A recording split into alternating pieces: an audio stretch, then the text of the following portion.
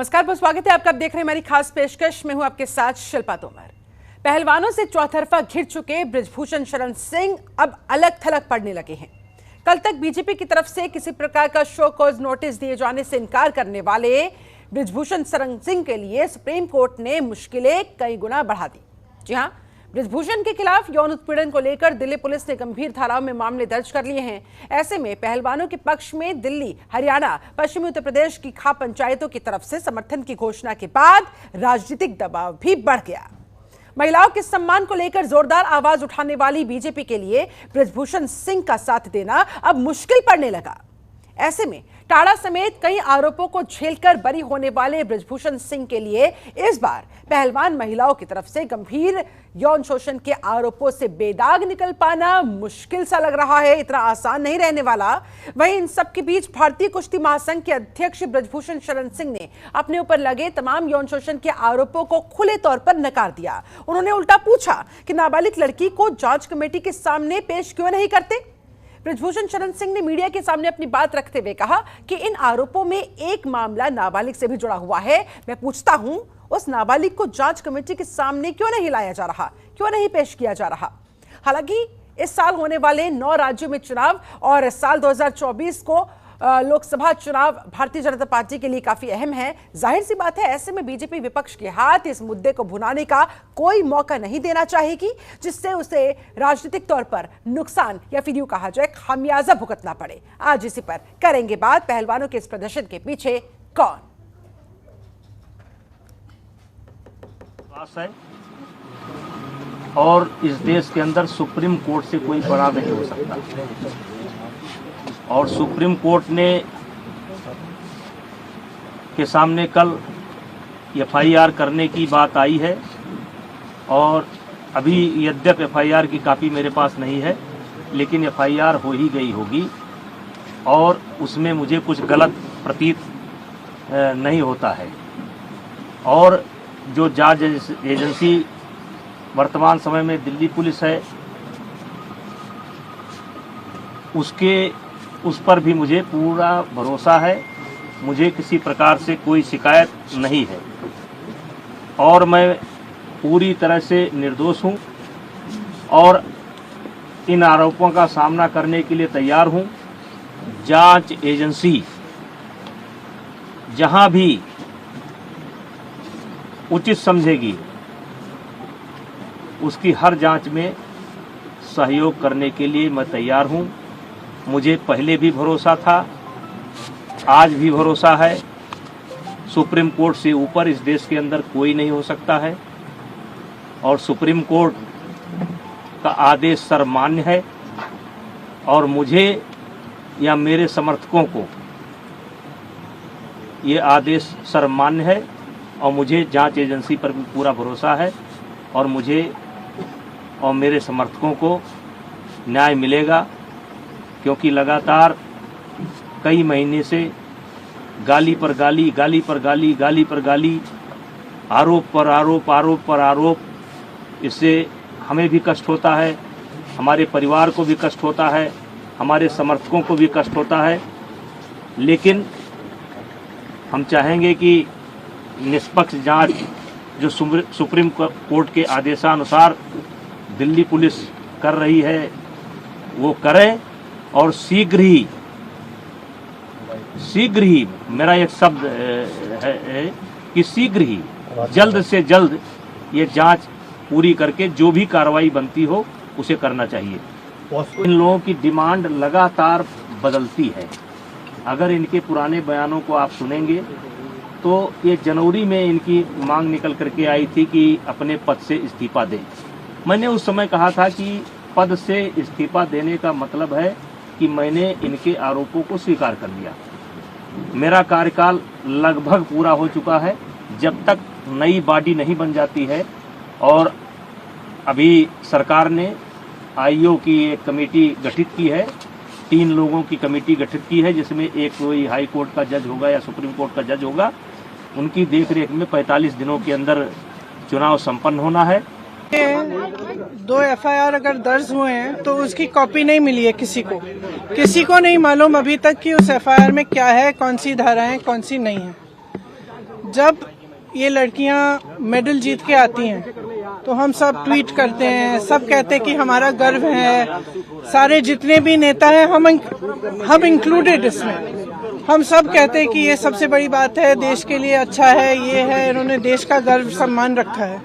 और आज जब सड़क पे बैठी हुई हैं, जब कह रही है कि हमारी बात सुन लीजिए, हमारे साथ गलत हुआ है, तो कोई सुनने को तैयार नहीं। देखिए सीधी सी बात है, इतने जो सीरियस एलिगेशंस हैं इस शख्स के बारे में, तो पहले रिजाइन तो करें, उनको पद से तो हटाएं। जब तक पद पे हैं तब तक प्रेशर डालते रहेंगे, तब तक करियर बर्बाद करते रहेंगे लोग। इन्वेस्टिगेशन चल रहा है, इसका मतलब क्या है?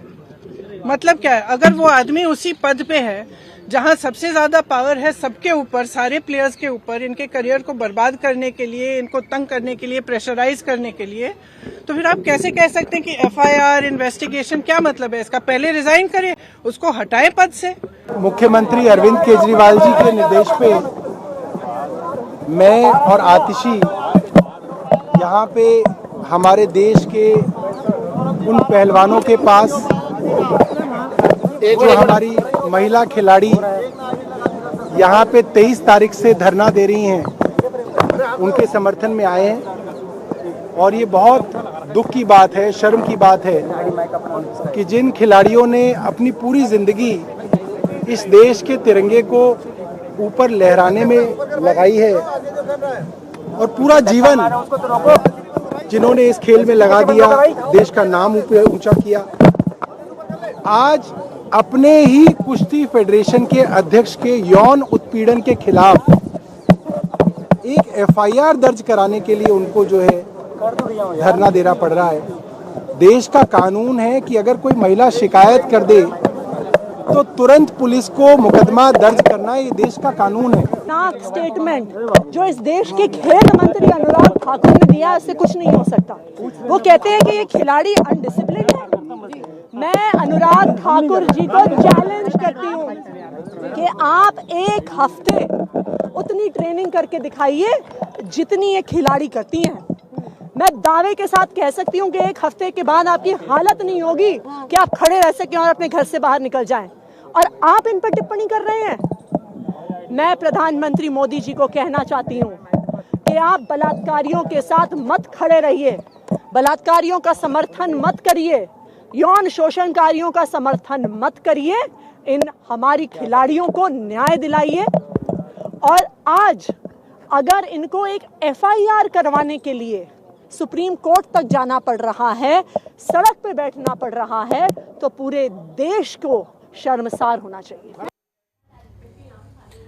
तो देखा आपने किस तरह से तमाम राजनीतिक दलों का साथ यहां पर मिलता हुआ नजर आ रहा है इन पहलवानों को। हमारे साथ इस पर चर्चा करने के लिए आलोक वत्स जुड़ चुके हैं, बीजेपी प्रवक्ता है। बहुत बहुत स्वागत है आपका आलोक जी। मीनाक्षी शर्मा हमारे साथ मौजूद है, आम आदमी पार्टी की प्रवक्ता, आपका बहुत स्वागत है। कांग्रेस की तरफ से पक्ष रखने के लिए प्रवक्ता मुन्ना खान साहब हमारे साथ मौजूद, बहुत स्वागत आपका। और पहलवान सत्यव्रत केदान जी भी हमारे साथ इस समय जुड़ चुके हैं, आपका भी बहुत बहुत स्वागत है। चर्चा की शुरुआत सत्यव्रत जी आप ही के साथ। देखिए एफआईआर हो गई है, कॉपी आप लोगों को मिल चुकी है, अब आगे क्या उम्मीद लगा रही हैं? ये धरना आपका कब तक जारी रहने वाला है? क्या कुछ आगे की रणनीति?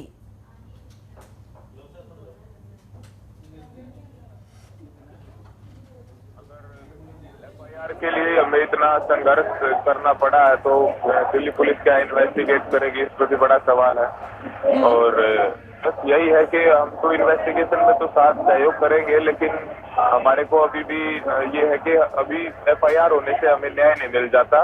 ये तो हमारा जो है न्याय की तरफ पहला कदम है, उन पेपर हम आगे बढ़ गए हैं और अभी आगे देखते हैं कि क्या कार्रवाई होती है। लेकिन सर देखिए ये तो एक लंबी प्रक्रिया चलने वाली है, कानूनी प्रक्रिया काफी कॉम्प्लिकेटेड भी होती है, काफी टाइम कंज्यूमिंग भी होती है, तो क्या ये धरना तब तक जारी रहेगा? क्या सोचा है धरने को लेकर, इस प्रदर्शन को लेकर? जब तक हमारी जो हमें न्याय नहीं मिल जाता, जब तक कुत्ते का भविष्य जो है सुरक्षित हाथों में नहीं चला जाता, तब तक हम यही हैं। और जैसे कल दिल्ली पुलिस ने हमारा जो लाइट वाइट सब बंद कर दिया, मैं यही कहना चाहूंगा और भी ज्यादा अगर मुसीबतें आई तो कि हम यहाँ से चाहे कुछ भी हो जाए, हम यहाँ से नहीं लेने वाले। यानी कि आप लोगों को परेशान करने की कोशिश हो रही है, इंटेंशनली सब कुछ किया जा रहा है, ये कह रहे हैं? हाँ जी, FIR के बाद हमारी का लाइट ही नहीं दे रहे हमारे को। हमारा कुछ चीजें अंदर लाना चाह रहे थे हमारे धरने पे, उनको रोक दिया गया। और जैसे कोई भी आता है तो खाना पानी को रोक देते हैं कई बार, तो ऐसे ही टॉर्चर चलता है कई बार। अच्छा सत्यव्रत जी, देखिए FIR हो गई है, मामला आगे बढ़ गया है, सुप्रीम कोर्ट ने भी इंटरवीन किया है, लेकिन अब अगर ब्रजभूषण शरण सिंह उनके पद से अगर हटा दिए गए तो क्या तब आप धरने को खत्म कर देंगे? थोड़ा इत्मीनान रखेंगे, थोड़ा इंतजार करेंगे आगे की कार्रवाई का? तो हम जब 3 महीने पहले बैठे थे उनको उसी टाइम कर देना चाहिए था गवर्नमेंट को। तब तो हमारे को कमेटी बना के जी पूरा आश्वासन दिया गया। ठीक है। और उस कमेटी की क्रेडिबिलिटी पे भी बहुत ज्यादा सवाल है, क्योंकि कमेटी के मेंबर्स ही आपस में लड़ रहे हैं। तो जो इन मेंबर्स का ही आपस में ही मतलब उनकी जो मतभेद है, तो उनकी रिपोर्ट पे क्या भरोसा किया जा सकता है?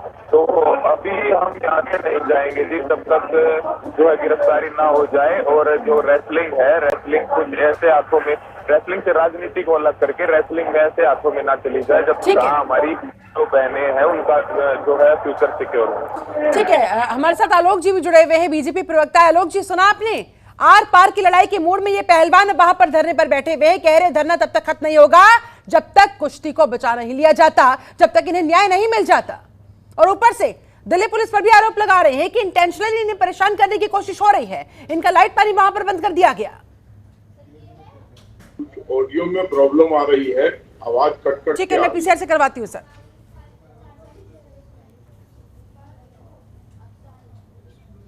आलोक जी की आवाज दीजिए। आप मेरी आवाज सुन पा रही हैं? हाँ सर, मैं सुन पा रही हूँ, बोलिए। मेरा ये कहना है कि इसमें सबसे बड़ी चूक अगर मेरी दृष्टि में है तो वो है दिल्ली पुलिस की। अगर किसी ने, महिला ने यौन शोषण का आरोप लगाया, सारी चीजों को आप अलग रख दीजिए, अगर यौन शोषण का आरोप लगाया था तो उसी समय FIR दर्ज कर देनी चाहिए थी। लेकिन दिल्ली पुलिस इस मामले को टालती रही, तहकीकात के नाम पर, अन्य चीजों के नाम पर। अंतोगत्वा जो हो रहा है कुछ दिनों से कि हर चीज में सुप्रीम कोर्ट को ही आकर दखल देना पड़ता है। हाँ। और इस केस में भी वही हुआ कि अंत में सुप्रीम कोर्ट के दखल के बाद ये FIR दर्ज हुई एक पॉस्को एक्ट में, बिकॉज एक लड़की नाबालिग है जिसने यौन शोषण का आरोप लगाया है। और मेरे समझ से ब्रजभूषण सिंह को ये जो प्रेस कॉन्फ्रेंस वगैरह कर रहे हैं और जितनी बातें कह रहे हैं, ठीक है, उनको अपनी स्पष्टीकरण देने का पूरा अधिकार है। हो सकता है उनकी बातों में सच्चाई हो, लेकिन जब तक ये सारा मामला निपट नहीं जाता तब तक उनको अपने पद से इस्तीफा देकर एक तरफ हो जाना चाहिए। जैसा पूर्व में माननीय शरद यादव जी ने और ये आडवाणी जी ने जैन हवाला केस में किया था, वो एक एग्जाम्पल है कि अगर आप पब्लिक सर्वेंट है और पब्लिक रिप्रेजेंटेटिव है, आप पर कोई आंच आई है, कोई उंगली उठी है, तो आपको जब तक वो जांच ना पूरी हो जाए तब तक उससे अपने को अलग कर लेना चाहिए। लेकिन सर यहाँ पर देखिए ना, नैतिकता के आधार पर बार बार मांग की जा रही है कि बीजेपी कोई एक्शन क्यों नहीं लेती। पहली बात तो उन्हें नैतिकता के आधार पर खुद ही इस्तीफा दे देना चाहिए, अगर वो नहीं दे रहे तो उनसे इस्तीफा ले लेना चाहिए। प्रियंका गांधी वाड्रा ने भी क्या कहा कि अगर वो पद पर बने रहेंगे, जाहिर तौर पर दबाव की राजनीति करेंगे जो नुकसानदायक साबित हो सकती है इन पहलवानों के लिए और जांच को प्रभावित भी कर सकती है। देखिए, जांच को तो खैर वो प्रभावित नहीं कर पाएंगे, क्योंकि उसमें जो जांच कमेटी की एक रिपोर्ट है, पहले तो उसको सार्वजनिक करें कि वो रिपोर्ट में जो फाइंडिंग्स आई हैं ओवरसाइट कमेटी की, वो क्या फाइंडिंग्स है। हाँ। और तब उसके बाद ये जांच को प्रभावित करेंगे, ऐसा मेरा मानना नहीं है। अभी लोकतंत्र देश में जीवित है और इस तरीके का नहीं। लेकिन हाँ, वो अभी तक क्यों अपने पद पर बने हुए हैं, ये तो पार्टी शीर्ष नेतृत्व का फैसला है, इसमें हम लोग क्या कह सकते हैं। ठीक है, हमारे साथ मुन्ना खान साहब भी जुड़े हुए हैं और मीनाक्षी शर्मा जी भी। मीनाक्षी जी, क्या लग रहा है, अगर आप लोगों की तरफ से समर्थन इन पहलवानों को नहीं जाता, ये दबाव नहीं बनाया जाता, तो क्या अब भी FIR दर्ज नहीं होती, इस तरह से मामला हाइप नहीं होता और इतना दबाव नहीं पड़ता इन लोगों के ऊपर FIR करवाने के लिए? देखिए शिल्पा जी, ये पूरे देश के लिए बहुत ही शर्मनाक घटना घट रही है। जो भी हो रहा है बहुत ही शर्मनाक है कि हमारी जो देश की बेटियां गौरव है, जिन्होंने पूरे देश का नाम पूरे विश्व में फैलाया, अपने देश के लिए गोल्ड मेडल लेकर आई, आज उन्हें अपने कितने गंभीर अपराधों के लिए, न्याय के लिए बैठना पड़ा। किसी एफआईआर के लिए उन्हें सुप्रीम कोर्ट तक जाना पड़ रहा है। अभी मैं आलोक जी को सुन रही थी, जो बीजेपी के प्रवक्ता है, वो भी कह रहे थे कि सारा ठीक है, इन्होंने दिल्ली पुलिस को किया। आप सोचिए कि हमारे प्रधानमंत्री जी और गृह मंत्री जी क्या कर रहे थे, पूरी केंद्र सरकार क्या कर रही थी। आप सोचिए कि दिल्ली पुलिस की इतनी हिम्मत हो जाती है कि वो इतने गंभीर अपराधों में हमारे जो महिला खिलाड़ी उनका एफआईआर दर्ज न करे। और ये लोग क्या कर रहे थे? क्या ये लोग उनसे नहीं कह सकते थे? क्या प्रधानमंत्री जी का कहना नहीं मानते दिल्ली पुलिस? क्या गृह मंत्री का कहना नहीं मानते दिल्ली पुलिस? सरकार का कहना नहीं मानते दिल्ली पुलिस? बताइए।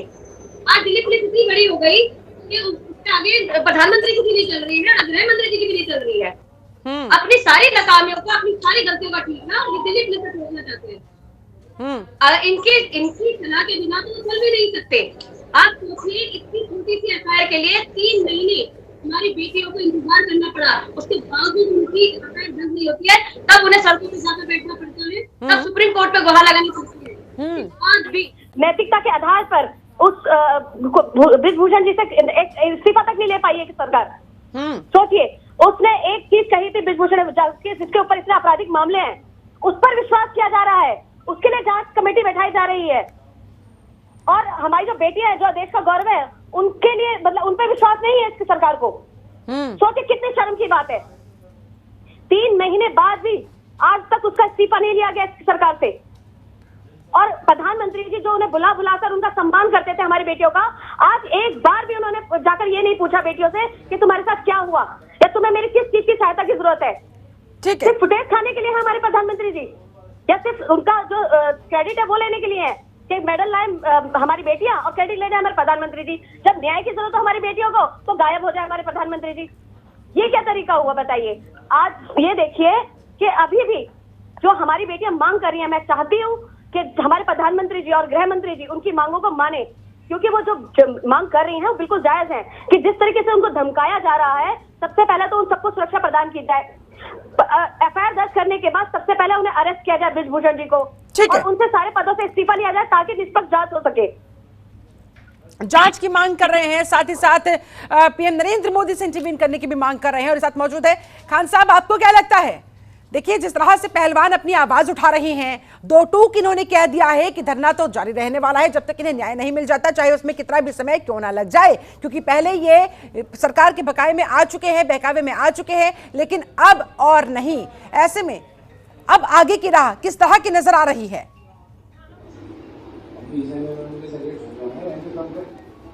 शिल्पा जी, आपका बहुत बहुत धन्यवाद।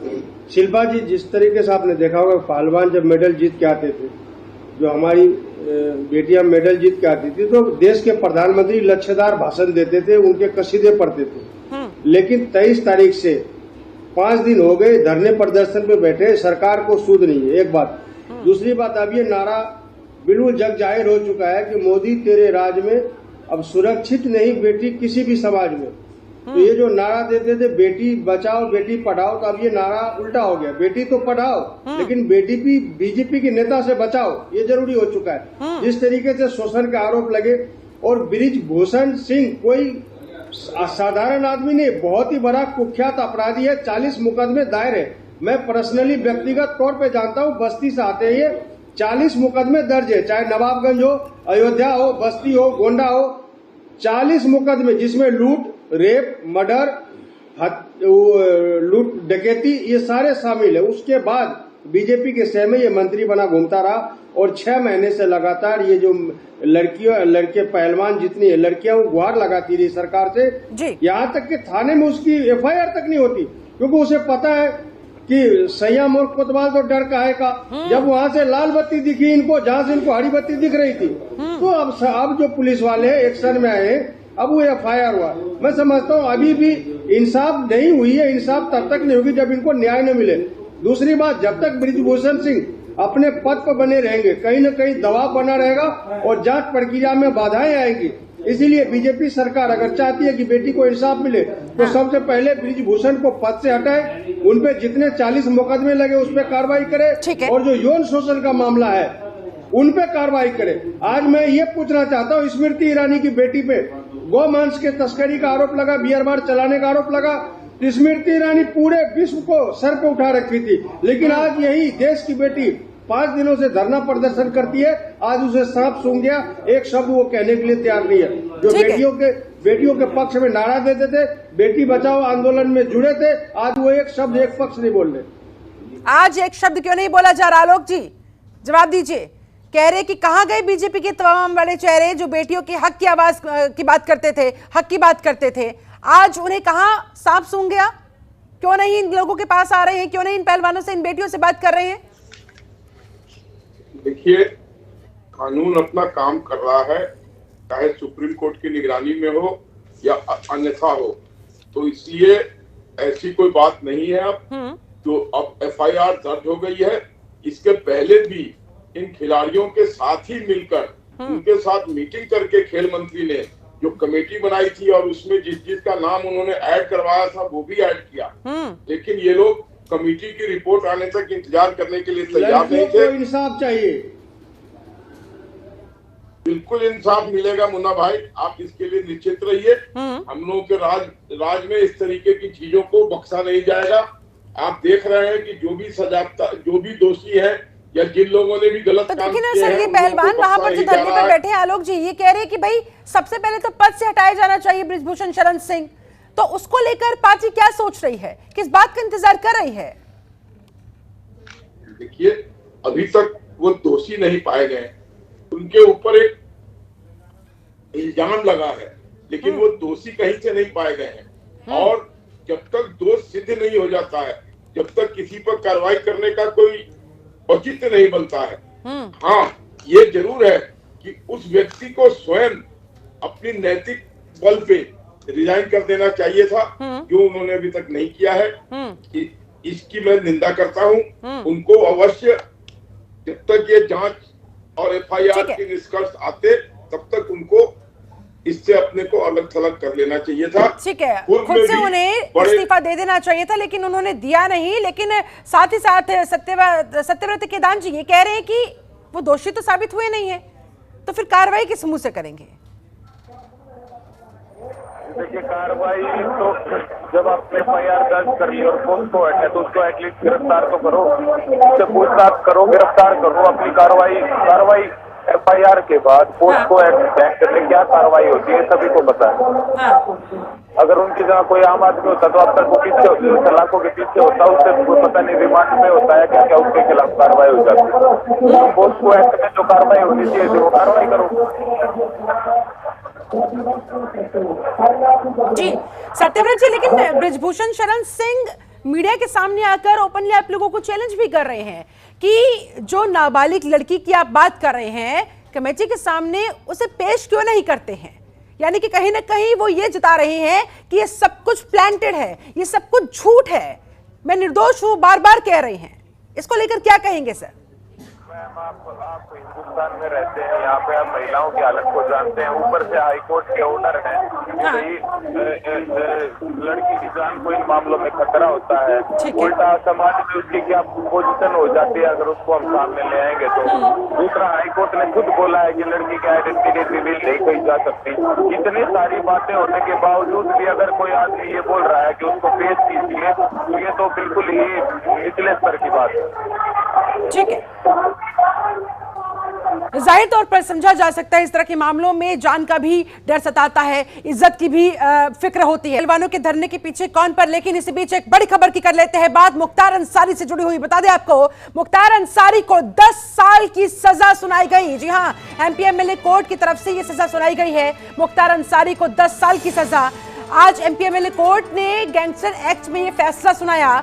दरअसल कृष्णानंद राय हत्याकांड मामले में कोर्ट का आया है बड़ा फैसला। इस हत्याकांड में कृष्णानंद राय समेत 7 लोगों को मौत के घाट उतार दिया गया था और इस मामले में अफजाल अंसारी, मुख्तार अंसारी पर केस दर्ज किया गया था। साल 2007 में गैंगस्टर एक्ट के तहत इनके खिलाफ मुकदमा दर्ज हुआ था। दरअसल 29 नवंबर साल 2005 को गाजीपुर के भावरकोल थाना अंतर्गत सियाड़ी गांव में भाजपा विधायक कृष्णानंद राय सहित 7 लोगों पर AK-47 जैसे अत्याधुनिक असलहों से ये अटैक किया गया था। 400 राउंड से ज्यादा फायरिंग करके उन सभी को मौत के घाट उतार दिया गया था, उनकी हत्या कर दी गई थी। 7 लोगों का शव पोस्टमार्टम के लिए फिर वहां पर ले जाया गया और उसके बाद काफी हंगामा हुआ था। आज 16 सालों के बाद आया है इस पूरे मामले में एमपीएमएलए कोर्ट की तरफ से बड़ा फैसला। 10 साल की मुख्तार अंसारी को सजा, 5 लाख का जुर्माना। विपिन कुमार यादव हमारे साथ गाजीपुर से हमारे संवाददाता ज्यादा जानकारी के साथ जुड़ गए हैं। विपिन, और क्या कुछ कोर्ट की तरफ से कहा गया? 10 साल की सजा, 5 लाख का जुर्माना। जी, मैं आपको बता दूं कि गाजीपुर के एमपीएमएलए कोर्ट द्वारा स्वर्गीय कृष्ण हत्याकांड मामले में, साथ ही रुंगटा हत्याकांड मामले में जो है आज फैसला आना था, जिसमें गाजीपुर एमपीएमएलए कोर्ट ने मुख्तार अंसारी को, जो कि बांदा जेल में बंद हैं, उनको 10 साल की सजा और 5 लाख रुपए का अर्थदंड लगाया है। वहीं हम बात करें मुख्तार अंसारी के बड़े भाई अफजाल अंसारी, जो कि बसपा से सांसद है गाजीपुर के, अभी उनके पे फैसला नहीं आया है। जहां तक हमें सूत्रों से जानकारी मिल रही है कि 2 बजे के बाद जो है सांसद अफजाल अंसारी पे जो है अभी फैसला आना है और मुख्तार अंसारी को 10 साल की सजा और 5 लाख रुपए का अर्थदंड लगाया गया है। 10 साल की सजा, यानी कि उनकी अब सदस्यता, अफजाल की सदस्यता जाने की भी बात कही जा रही है। जी, अगर अफजाल अंसारी पे अभी फैसला 2 बजे के बाद आना है, अगर फैसला आता है और कहीं न कहीं दोषी पाए जाते हैं, तो अगर उनको कम से कम 2 साल की भी सजा होती है, तो कहीं न कहीं ये अंदाजा लगा सकता है कि उनकी जो सांसद की सदस्यता है वो भी रद्द हो सकती है और गाजीपुर में दोबारा उपचुनाव हो सकता है। जी ठीक है, जाहिर तौर पर ऐसे में देखिए 16 साल के लंबे इंतजार के बाद आया है ये बड़ा फैसला। 2005 में ये पूरा मामला हुआ था, 2007 में गैंगस्टर एक्ट के तहत उसके खिलाफ मामला दर्ज हुआ था। एक लंबे इंतजार के बाद जाहिर तौर पर पीड़ितों को काफी हद तक अब सुकून मिला होगा। जी बिल्कुल, जो पीड़ित हैं और जो किशन राय के जो परिवार के लोग हैं, उन्हें काफी इस बात से खुशी है कि कहीं न कहीं इतने सालों बाद जो है फैसला आया है, उनके पक्ष में फैसला आया है। जी, और किस तरह की दलीलें रखी गई थी? क्या कुछ कहा गया था फैसले के दौरान? क्या कुछ कहा गया कोर्ट के अंदर? जी, फैसले में तमाम जो भी जो गवाह थे, जो दलीलें थी, सारी पेश की गई थी। सारा बहस पूरा हो चुका था, क्योंकि इससे 15 तारीख को ही फैसला आना था, लेकिन कहीं न कहीं जो है न्यायालय में जो है न्यायाधीश उपस्थित नहीं हो पाए थे। इसके वजह से आज की डेट रखी गई थी, जिसमें आज उनको इसमें फैसला आया है। शुक्रिया आपका विपिन इस पूरी जानकारी के लिए। आशीष सिंह हमारे साथ ब्यूरो हेड भी इस समय जुड़ चुके हैं। आशीष जी, एमपीएमएलए कोर्ट की तरफ से बड़ा फैसला सुनाया गया कृष्णानंद राय हत्याकांड में और मुख्तार अंसारी को 10 साल की सजा, 5 लाख का जुर्माना। बिल्कुल, 2007 का ये पूरा मामला था जिसमें कृष्णानंद राय हत्या कर दी गई थी जब वो विधायक थे। फिर 16 साल तक सुनवाई चली। आज एमपीएमएलए कोर्ट में मुख्तार कृष्णानंद राय वाले में मामले, वो सब आप अंदाज लगाइए, मैं अंदाजा नहीं लगा सकता। 2 बजे के बाद उसके बारे में 2 बजे के बाद बता पाऊंगा। आप ये कह रहे हैं कि 2 बजे के बाद अफजाल अंसारी पर आएगा जी, लेकिन तब कितने मजबूत है भोजन पक्ष उसमें? ये सब आप जजमेंट का दिन है, जजमेंट के बाद ही कुछ बता पाएंगे। सुरक्षा का क्या इंतजाम है अंदर, बताइए। सुरक्षा की व्यवस्था अभी देख रहे हैं, किसी को अंदर जाने का। गवाह मुकर गए थे लोअर कोर्ट में सारे, यहाँ पर क्या हुआ? कैसे फैसला पक्ष में आ गया? वो बात सरकारी वकील है। आशीष जी हमारे साथ लगातार जुड़े हुए हैं, bureau head. Ashish ji, complete yourself. Ashish ji, मेरी आवाज मिल पा रही है? 16 साल के बाद, के लंबे इंतजार के बाद आया ये फैसला एमपीएमएलए कोर्ट की तरफ से। देखिए, 16 साल लग गए पूरा फैसले आने में, यानी एमपीएमएलए कोर्ट ने 16 साल बाद जो है फैसला किया है, उससे कहीं न कहीं कृष्णानंद राय के जो परिवार है और जो उस दौर में मारे गए थे, उनको आज न्याय मिला है। 16 साल बाद इनको फैसला में जो सजा दी गई है, इसमें 10 साल की कैद है और 5 लाख का जुर्माना है। वहीं इनके बड़े भाई अफजाल अंसारी पर फैसला 2 बजे के बाद आएगा, यानी 2 बजे के बाद देखा जाएगा अफजाल अंसारी के साथ कोर्ट कौन सा क्या फैसला करती है। कुल मिलाकर देखा जाए 16 साल बाद इनको न्याय मिला है। ये कहीं ना कहीं बहुत बड़ी कार्रवाई है, क्योंकि उस समय जो विधायक राय थे उनके 7 लोगों की हत्या कर दी गई थी और उसके बाद से ही लगातार ये मामला ट्रायल में चल रहा था। 2012 में ये ट्रायल शुरू हुआ था, एमपीएमएलए कोर्ट शुरू हुआ था, जो आज मुकाम पे पहुंचा है। ठीक है, बहुत शुक्रिया आपका आशीष सिंह हमारे साथ जुड़ने के लिए। हमारे साथ रामानुज भट्ट हमारे संवाददाता भी इस समय लाइव जुड़े हुए हैं। रामानुज, देखिए लंबे समय तक कार्रवाई हुई, लंबे समय तक सुनवाई हुई और अब 16 साल के बाद आया है ये बड़ा फैसला। मुख्तार अंसारी ने जिस तरह से इस हत्याकांड को अंजाम दिलवाया था, कहते हैं ना कानून के यहाँ देर है लेकिन अंधेर नहीं है। देखिए शिल्पा, अगर बात की जाए कि इस पूरे मामले में कहीं ना कहीं 16 साल बाद जो ये फैसला आया है वो उस पीड़ित परिवार के साथ साथ उन 7 लोगों के लिए भी कहीं ना कहीं राहत भरी सांस है, जिन 7 लोगों के परिवार जो है इस दंश से झेल रहा था। और ऐसे में अगर बात की जाए कि 10 साल की सजा जो है मुख्तार अंसारी को और 5 लाख रुपए जुर्माना किया गया है कोर्ट की तरफ से, और ऐसे में अगर बात की जाए कि 16 साल बाद ही सही लेकिन इंसाफ जो है उन परिवार वालों को मिला है। और ऐसे में अगर बात की जाए तो कहीं ना कहीं मुख्तार अंसारी जो पहले से ही जेल में बंद है और अब सजा जो है वो कहीं ना कहीं होने के बाद जो है और भी मुश्किलें जो है बढ़ रही हैं। इसके साथ साथ अगर बात की जाए अफजाल अंसारी की तो 2 बजे का समय निर्धारित किया कोर्ट ने जब अफजाल अंसारी पर जो है सजा सुनाई जाएगी। और ऐसे में अगर बात की जाए कि इस एक लंबे इंतजार के बाद, एक विधायक की हत्या के बाद जो 7 लोग इंतजार में थे, उनके परिवार के जन इंतजार में थे कि उनको इंसाफ मिलेगा। और आज इंसाफ की अगर बात कर जाए तो एमपी एमएलए को रामानुज, आपको रोकूंगी। इस समय हमारे साथ उत्तर प्रदेश के पूर्व डिप्टी सीएम दिनेश शर्मा जी जुड़ चुके हैं। दिनेश जी, बहुत बहुत स्वागत है आपका जनतंत्र टीवी पर। दिनेश जी, यानी कि जो कहा गया माफियाओं का राज खत्म किया जाएगा, उस पर ये एक और बड़ा एक्शन, मुख्तार अंसारी को 10 साल की सजा, 5 लाख का जुर्माना, क्या कहिएगा? सभी का विश्वास है और माननीय न्यायालय ने जो निर्णय लिया है वो अभूतपूर्व है और स्वागत योग्य है। मैं योगी सरकार को भी बधाई देना चाहूंगा क्योंकि उनकी उचित पैरोकारी के कारण आज जो साक्ष्यों का प्रस्तुतिकरण माननीय न्यायालय में करने में सब लोग सफल बने हैं। हाँ। तो उसी के कारण आज दंड की प्रक्रिया भी आगे बढ़ी है।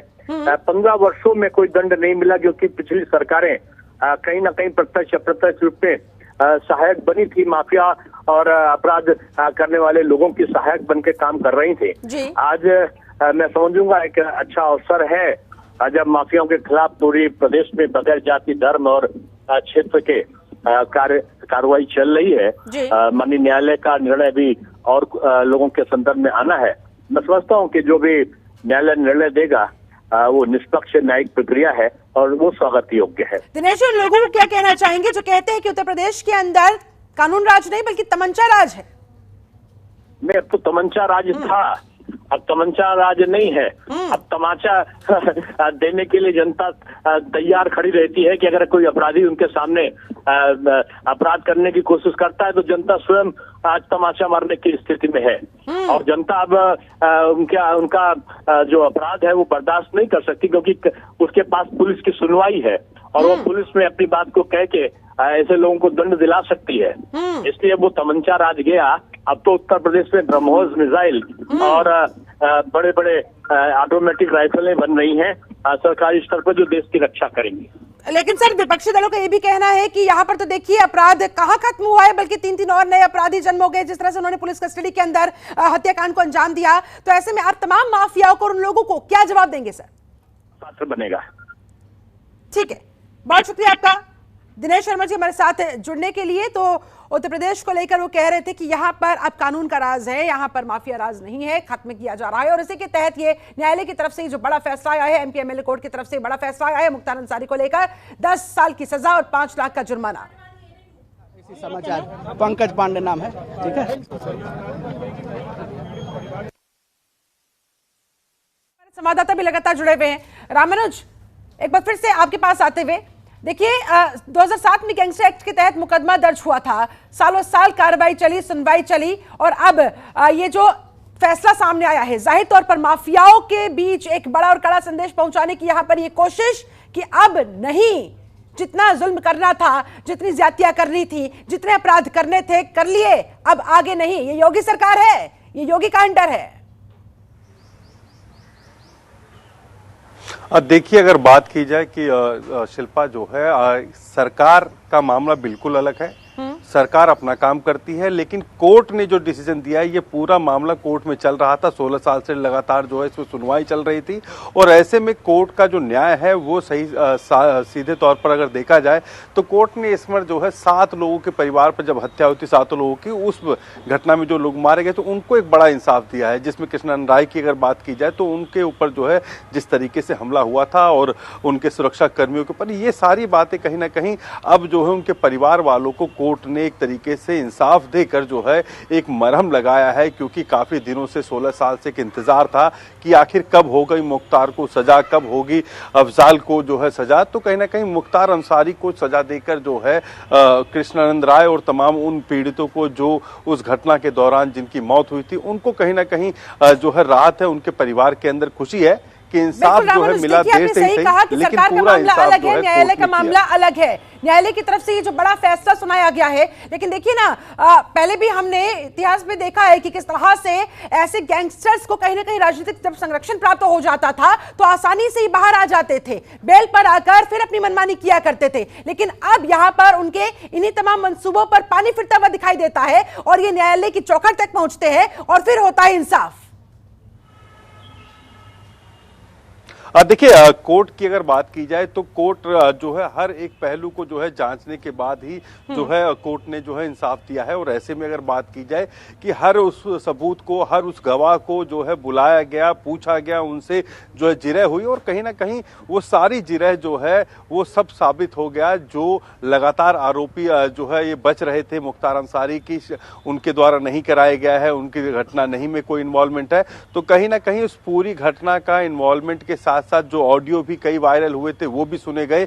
ये सारी चीजें जो है अब कहीं ना कहीं एक कोर्ट के अंदर जो है नजीर बनी, कोर्ट के अंदर जो है सबूत बनी और उसी का नतीजा है, उन सबूतों और गवाहों का ही नतीजा है कि आज जो है मुख्तार अंसारी को 16 साल बाद जो है इस पूरे मामले के अंदर 10 साल की सजा सुनाई गई है, 5 लाख जुर्माना भी हुआ है। लेकिन ये जरूर है कहीं ना कहीं कोर्ट से जो लोग सब जगह से निराश हो जाते हैं, जो हताश हो जाते हैं, तो कहीं ना कहीं जो कोर्ट का दरवाजा खटखटाया है और कोर्ट के दरवाजे से खटखटाने से उनको ये जरूर लाभ मिला है कि मुख्तार अंसारी जिसके ऊपर लगातार संरक्षण था, चाहे वो बसपा शासन में रहे हों, चाहे वो सपा शासन में रहे हों, तो कहीं ना कहीं वो संरक्षण जो है इससे अब दूर होता नजर रहा है। और ऐसे में प्रशासनिक अगर बात कर ली जाए, सरकार भी लगातार ऐसे अपराधियों को जो इस तरीके की घटनाक्रम में रहे हैं उनको कहीं भी किसी प्रकार से कोई रियायत नहीं है। जेलों के अंदर अगर स्थिति देख ली जाए, जेलों के अंदर जिस स्थिति में रह रहे हैं ये जो भी अपराधी हैं, वो कहीं ना कहीं मान रहे हैं कि सरकार के अंदर किसी की भी अपराधी की दाल गलने वाली नहीं है। और ऐसे में आपने देखा कि जिस तरीके से मुख्तार अंसारी जो है पंजाब जेल में शिफ्ट किए गए थे और उसके बाद मुझे सुन पा रहे हैं, लगता है संपर्क हमारा उनसे कट गया है। खान साहब वापस से आपके पास आते हुए, देखिए सर, सरकार की तरफ से जो सख्त कार्रवाई माफियाओं के खिलाफ होती है, क्या उससे एक बड़ा और कड़ा संदेश नहीं पहुंचता है? क्या अन्य तमाम जो माफिया होते हैं उनके हौसले पस्त नहीं होते हैं? आप इस बात को क्या अस्वीकार कर सकते हैं, डिनाई कर सकते हैं सर? और देखिए, जब माफियाओं को खौफ पैदा होगा, जाहिर तौर पर तभी तो गवाहों की हिम्मत पड़ेगी ना कोर्ट तक जाने की और सजा तक मामला पहुंचने की, वरना तो इंसाफ बीच में ही अटक जाता है। शिल्पा जी, अतिक पे कार्रवाई होती, राजा भैया को छोड़ा जाता है। मुख्तार पे कार्रवाई होती, ब्रिजभूषण को छोड़ा जाता है। असलम पे कार्रवाई हुई, सुरेश को छोड़ा जाता है। रमेश पे कार्रवाई नहीं होती और अंसार पे कार्रवाई हो जाती। ये सारी चीजें दिखा रही कि आपकी कार्रवाई एक तरफा है। वन साइड कार्रवाई से ये अपराध मुक्त उत्तर प्रदेश कतई नहीं बन सकता। आपको अगर उत्तर प्रदेश को अपराध मुक्त करना है तो आपको पूरब से पश्चिम, उत्तर से दक्षिण, ये चारों दिशाओं में बगैर जात पात के भाव को देखते हुए आपको कार्य करने होंगे। जितने भी अपराधी है वो अपराध करते टाइम ये नहीं देखते कि ये सामने वाला मुस्लिम है, हिंदू है, उसे अपराध से मतलब होता है। इसीलिए जाति की तो भावनाएं, धारणाएं होनी नहीं चाहिए। कार्रवाई होनी चाहिए। आप कार्रवाई करो बगैर जात, धर्म, बगैर स्वार्थ और बगैर वोट बैंक को देखते हुए आपको कार्रवाई करनी चाहिए। लेकिन आप करोगे नहीं ऐसा। आप अतीक अंसारी पे गोली चलवाओगे, राजा भैया को शाबाशी दोगे। आप मुख्तार अफजाल अंसारी को जेल भेजोगे और ब्रिजभूषण को वाहवाही करवाओगे। अप्रोच क्यों? कुछ लोगों को पकड़ा जा रहा है, कुछ लोगों को छोड़ा जा रहा है। आलोक जी से जवाब लूंगी, लेकिन इससे पहले मनोज यादव जी एक बार फिर से हमारे साथ जुड़ गए हैं, समाजवादी पार्टी के प्रवक्ता है। मनोज जी, बहुत बहुत स्वागत है आपका एक बार फिर से आपका। मनोज जी, क्या कहिएगा इस बड़े फैसले पर? एमपीएमएलए कोर्ट ने जो बड़ा फैसला मुख्तार अंसारी को लेकर सुनाया है, 10 साल की उसे सजा, 5 लाख का जुर्माना ठोका। देखिए, उन्हें 10 साल की सजा दी गई है और 15-16 साल से वो जेल में बंद है। तो मैं तो ये नहीं समझ पा रहा हूँ, उनकी सजा तो सुनते ही पूरी हो गई होगी। कोई अपराधी अगर लंबे समय से जेल में है तो उसकी सजा लगभग कंप्लीट हो गई। मुझे नहीं लगता। हाँ, राजनीतिक तौर पे उनपे चुनाव लड़ने की पाबंदियां हो जाएंगी, बाकी तो मुझे कोई ऐसी बात इसमें नजर नहीं आ रही है। लेकिन हाँ, स्पष्ट है कि जिस भी माफिया के, जिस भी अपराधी के मामले न्यायपालिका में है, एमपीएमएलए कोर्ट में है, हाँ। उन पे फास्ट से फास्ट सुनवाई होनी चाहिए और सुनवाई होकर त्वरित उनको कार्रवाई करनी चाहिए। और अब न्यायपालिका में फास्ट ट्रैक और एमपीएमएलए कोर्ट की महत्वपूर्ण भूमिका लगभग बनती जा रही है। और मैं सिर्फ एक ही बात कहूंगा, अगर सरकार माफिया राज को खत्म करना चाहती है, हाँ। तो टॉप 100 माफिया जो है उत्तर प्रदेश में, उन माफियाओं के भी केस, अगर वो राजनीतिक हैं तो उनके एमपीएमएलए कोर्ट में केस लाया जाए, अगर नहीं है तो फास्ट ट्रैक में ला के और जल्दी से जल्दी उन्हें चुनाव लड़ने से और उन्हें इन सारी खुले आसमान में घूमने से रोकने का प्रयास करना चाहिए, वो बेहतर होगा। ठीक है, बहुत शुक्रिया आपका मनोज यादव जी अपनी प्रतिक्रिया के लिए। पूर्व डीजीपी हमारे साथ AK जैन साहब भी इस समय जुड़ चुके हैं फोन लाइन पर। जैन साहब, बहुत स्वागत है आपका जनतंत्र टीवी पर। जिस तरह से माफिया राज को खत्म करने का प्रण यहाँ पर योगी सरकार ने लिया है और इसी बीच क्या आया है बड़ा फैसला एमपीएमएलए कोर्ट की तरफ से मुख्तार अंसारी को लेकर, सर आपका फर्स्ट रिएक्शन, क्या संदेश पहुंचता हुआ? ये स्वागत योग्य फैसला है, स्वागत किया जाना चाहिए। जो भी माफिया हैं जिन्होंने 2500 साल से उत्तर प्रदेश को आतंकित किया है, उनके खिलाफ अब एक एक करके जजमेंट आ रहे हैं। ये बहुत ही एक शुभ संकेत है प्रदेश के लिए और एक चेतावनी है जो छोटे मोटे माफिया हैं, अपराधी हैं, जो मनबड़ किस्म के हैं, कि आपका भी यही हश्र होगा अगर आपने अपराध की दुनिया में कदम रखा। तो इसका एक लंबा संदेश जाता है प्रदेश के अपराधियों के लिए और उनको उससे सबक सीखना चाहिए। और मैं समझता हूँ कि पुलिस को इसी प्रकार अभियोजन शाखा के माध्यम से सारे गवाहों को प्रस्तुत कर करके और मजबूती से गवाही करानी चाहिए। जैसे जैसे गवाहियां होती जाएंगी, पुराने जो हिसाब हैं वो सब चुकता होते जाएंगे।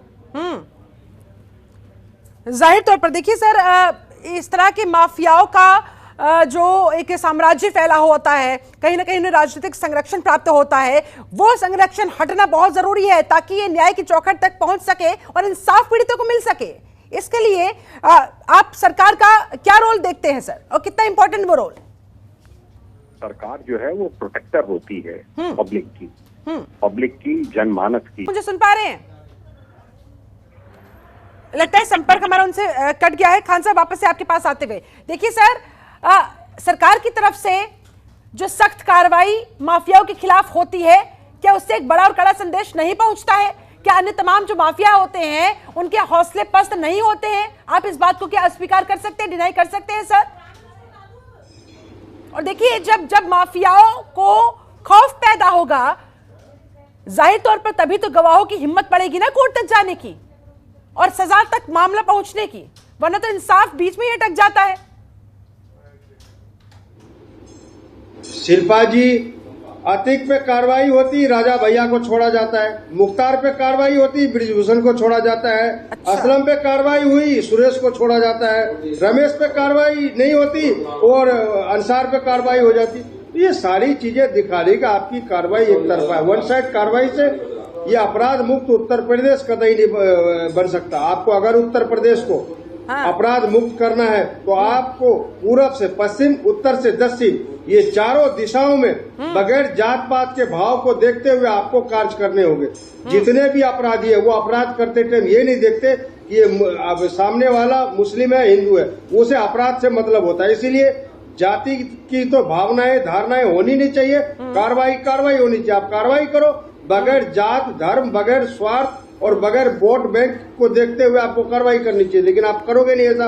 आप अतीक अंसारी पे गोली चलवाओगे, राजा भैया को शाबाशी दोगे। आप मुख्तार अफजाल अंसारी को जेल भेजोगे और ब्रिजभूषण को वाहवाही करवाओगे। अप्रोच क्यों? कुछ लोगों को पकड़ा जा रहा है, कुछ लोगों को छोड़ा जा रहा है। आलोक जी से जवाब लूंगी, लेकिन इससे पहले मनोज यादव जी एक बार फिर से हमारे साथ जुड़ गए हैं, समाजवादी पार्टी के प्रवक्ता है। मनोज जी, बहुत बहुत स्वागत है आपका एक बार फिर से आपका। मनोज जी, क्या कहिएगा इस बड़े फैसले पर? एमपीएमएलए कोर्ट ने जो बड़ा फैसला मुख्तार अंसारी को लेकर सुनाया है, 10 साल की उसे सजा, 5 लाख का जुर्माना ठोका। देखिए, उन्हें 10 साल की सजा दी गई है और 15-16 साल से वो जेल में बंद है। तो मैं तो ये नहीं समझ पा रहा हूँ, उनकी सजा तो सुनते ही पूरी हो गई होगी। कोई अपराधी अगर लंबे समय से जेल में है तो उसकी सजा लगभग कंप्लीट हो गई। मुझे नहीं लगता। हाँ, राजनीतिक तौर पे उनपे चुनाव लड़ने की पाबंदियां हो जाएंगी, बाकी तो मुझे कोई ऐसी बात इसमें नजर नहीं आ रही है। लेकिन हाँ, स्पष्ट है कि जिस भी माफिया के, जिस भी अपराधी के मामले न्यायपालिका में है, एमपीएमएलए कोर्ट में है, हाँ। उन पे फास्ट से फास्ट सुनवाई होनी चाहिए और सुनवाई होकर त्वरित उनको कार्रवाई करनी चाहिए।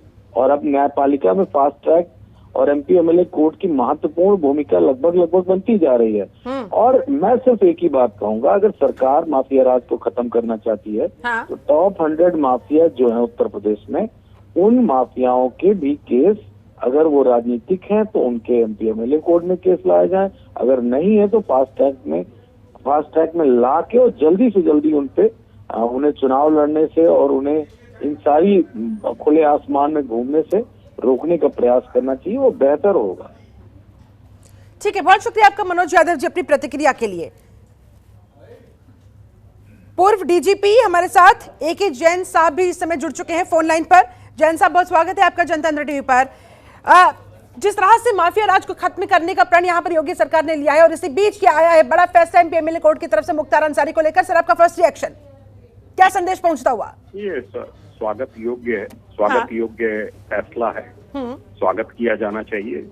जो भी माफिया हैं जिन्होंने 2500 साल से उत्तर प्रदेश को आतंकित किया है, उनके खिलाफ अब एक एक करके जजमेंट आ रहे हैं। ये बहुत ही एक शुभ संकेत है प्रदेश के लिए और एक चेतावनी है जो छोटे मोटे माफिया हैं, अपराधी हैं, जो मनबड़ किस्म के हैं, कि आपका भी यही हश्र होगा अगर आपने अपराध की दुनिया में कदम रखा।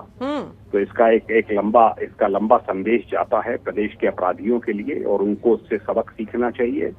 और मैं समझता हूँ कि पुलिस को इसी प्रकार अभियोजन शाखा के माध्यम से सारे गवाहों को प्रस्तुत कर करके और मजबूती से गवाही करानी चाहिए। जैसे जैसे गवाहियां होती जाएंगी, पुराने जो हिसाब हैं वो सब चुकता होते जाएंगे। जाहिर तौर पर देखिए सर, इस तरह के माफियाओं का जो एक साम्राज्य फैला होता है, कहीं ना कहीं उन्हें राजनीतिक संरक्षण प्राप्त होता है, वो संरक्षण हटना बहुत जरूरी है ताकि ये न्याय की चौखट तक पहुंच सके और इंसाफ पीड़ितों को मिल सके। इसके लिए आप सरकार का क्या रोल देखते हैं सर, और कितना इंपॉर्टेंट वो रोल? एक जो है वो प्रोटेक्टर होती है पब्लिक की जनमानस की, जो शांति प्रिय लोग हैं उनकी प्रोटेक्टर होती है। एक दायित्व होता है मुख्यमंत्री का, प्रदेश के गृह मंत्री का, कि जो अपने पब्लिक है उनको जो प्रताड़ित करे, उनको जो परेशान करे, उनके खिलाफ जो गुंडागर्दी करे, उनको उससे राहत दिलाएं। और उसी कदम में उठाया गया कदम है, उसी दिशा में उठाया गया कदम है। चलिए ठीक है, बहुत बहुत शुक्रिया आपका AK जैन साहब हमारे साथ जुड़ने के लिए। पूर्व डीजीपी हमारे साथ जुड़े हुए थे, हमारे साथ आलोक जी भी जुड़े हुए, मुन्ना खान साहब भी जुड़े हुए। जल्दी से आलोक जी, जाते जाते फाइनल कमेंट आपका। कानून अपना काम कर रहा है। भूषण जी को देर सवेर अगर वो दोषी पाए गए तो उन पर कड़ी से कड़ी कार्रवाई होगी। और उत्तर प्रदेश में जिस तरीके का अभियान बह रहा है, यहाँ पर माफियाओं गुंडों के लिए कोई जगह नहीं है। पूरे देश को इससे सीख लेकर अन्य राज्यों में भी इसी तरीके का शिकंजा कसना चाहिए ताकि इस तरीके के लोगों से जन मानस को मुक्ति मिले। ठीक है, इशारा समझ रहे हैं आप खान साहब, फाइनल कमेंट आपका। समझ रहा हूँ। मैं ये कहना चाहता हूँ कि आज जो महिलाएं, जो बेटी वहाँ बैठी है, पहलवान बैठी है, उनके भी इज्जत का सवाल है, क्योंकि मीडिया चैनलों पे चल रहा है कि उनके साथ यौन उत्पीड़न हुआ। तो मैं समझता हूँ कोई भी आदमी पब्लिसिटी के लिए या खुश होकर के जंतर मंतर पे धरना प्रदर्शन नहीं करेगी और किसी भी मंत्री के खिलाफ आरोप नहीं लगाएगी बगैर तथ्य के। नेता एक बार झूठा हो सकता है, लेकिन खिलाड़ी को झूठ से क्या लेना देना है? अगर उसके साथ जो बीती है उन्हीं बातों को उन्होंने जंतर मंतर पे रखा है और ये समाज को बता रही है कि देखिए अगर आज आपने आवाज नहीं उठाया तो आने वाला टाइम आपका ही है। ठीक है, बराबरी के साथ न्याय होना चाहिए, किसी को छोड़ना और किसी को बख्शा नहीं जाना चाहिए, सबके साथ बराबर इंसाफ होना चाहिए। चलिए ठीक है, बहुत बहुत शुक्रिया आप सभी खास मेहमानों का मेरे साथ इस चर्चा में जुड़ने के लिए। चलिए इसी के साथ इस खास पेशकश में फिलहाल बस इतना ही। बने रहे जनतंत्र टीवी के साथ। नमस्कार।